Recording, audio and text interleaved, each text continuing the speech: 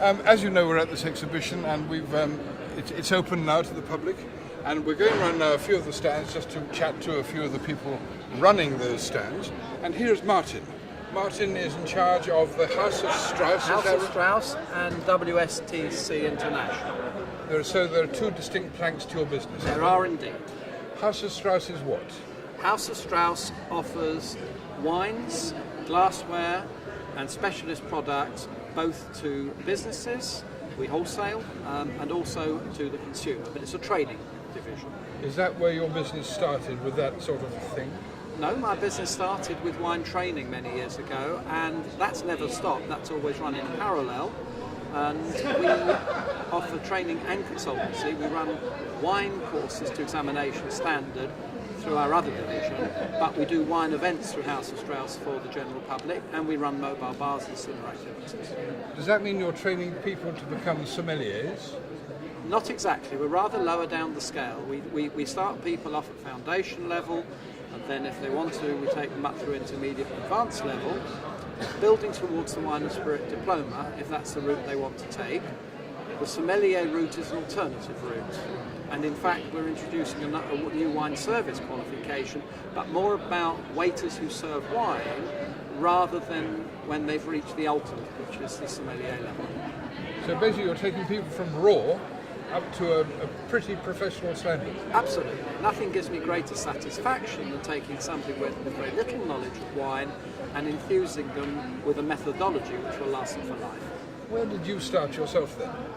My mother gave me a taste of Puy Fuisse when I was 16 years old, and I loved it. It's a white Burgundy, and I took my first wine exam in 1974, and the same qualification that I took in 1974 I now deliver to many people, and very shortly the other side of the world as well. It's fair to say then that it's a kind of passion for you, is that right? Oh, very much so. I am passionate about wine. I believe that people should perhaps think more about quality than quantity. It's better to drink better wines and maybe drink a little bit less. I would rather the money was spent on that end of the market. And when we met earlier, you were telling me about some of the glassware that you offer. I had no idea that there was different levels of quality of glass. Very much so. One of the nice things about glassware traditionally, if you're drinking out of a crystal glass, it's much thinner, it feels better when you're drinking the wine, but we sell a range of glasses which actually enhances the quality of the wine, particularly with young wines, because it acts like a decanter to bring out all the aromas and flavours of the wine. It's called the open up range. It's produced in France. Because of the shape of the glass? Because of the shape of the glass and the material it's made from. Really? I had no idea. It makes a huge difference. It's produced by the biggest glass manufacturer in the world, Arc. They produce 5.5 million pieces of glassware every day. Good. Every day. It's a huge operation, and the chef and sommelier range, which we sell in the UK, is very small in the number of glasses they produce. Rather better than the glasses I used to collect from filling stations, I think. Opposite end of the spectrum. But you've got another plank to your string to your bow, as it were. You're offering consultancy, but not just here. You're taking your expertise abroad, I believe. That's correct. It happened by accident earlier this year.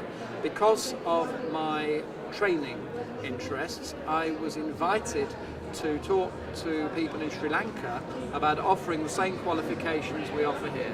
There are 56 countries around the world where there are courses that I deliver established already, and but not in Sri Lanka. And we will actually be establishing our own wine training centre, and also spirits, I might say. Spirits are expanding market as well. The Sri Lankan market is up 50% in the last 12 months and is growing fast. They have 600,000 tourists and growing fast. Well, now that they have peace at last, things can only get better, I suppose. Absolutely. I mean, the end of the internal strife, if we can put it that way, has made a huge difference in the tourist market, and there's a massive boom in building hotels and so on. Now, you mentioned that you've got a partner in this whole venture. I do indeed. This lady here. This lady here, Jenny Turner. Hello, Jenny. My right-hand woman. We are running a wine and spirit pavilion in Sri Lanka next month, as part of a huge hospitality show, the first major hospitality show that they've ever had in Sri Lanka. And Jenny and I have been working very hard on selling exhibition space. And Jenny has been on the phone all day, every day for some considerable time now, because of course we're dealing with different time zones around the world, and I really couldn't be doing what I do without Jenny's support. You have a training background, do you, Jenny? Not training per se, but sales. Sales. So my thing is to get on the phone and get the interest going. And how's it going so far? Lots of interest, but no one actually saying definitely going to go for it. Really? So Why is that? Is it just because we're British? there's partly that, but a lot of it is to do with the timing. Very short notice, and budgets have been fixed for elsewhere. So they're considering it, but It will always be thus, I suspect. but we have got some bites, so I'm hoping that by the end of the month we're going to have some definites, and it's going to be a fantastic show. And are you yourself looking forward to going to Sri Lanka? Oh yes, painful arms, inoculations yesterday. So Oh, really? so, Serious stuff then. yeah. Oh yes, we're going to be going there, and I think Martin told you we might be relocating there. Well, not might, we will be relocating there next year. So we're going to be opening an office in Sri Lanka. I can imagine worse places to be, somehow. Yeah, if you need a holiday, come visit. You must be reading my mind as well. Anyway, I try. thank you both very much indeed. The best of luck at this exhibition today. Thank you. And let's hope you get lots of interest in your business. I'd just like to add one last point very quickly to what Jenny said. It's true that the uptake this year has been limited. However, we have a lot of people who said that next year they would be extremely interested. So we're also working on the 2012 show. Fingers crossed. Absolutely. Thank you very much. Good luck. Thank Good you. luck.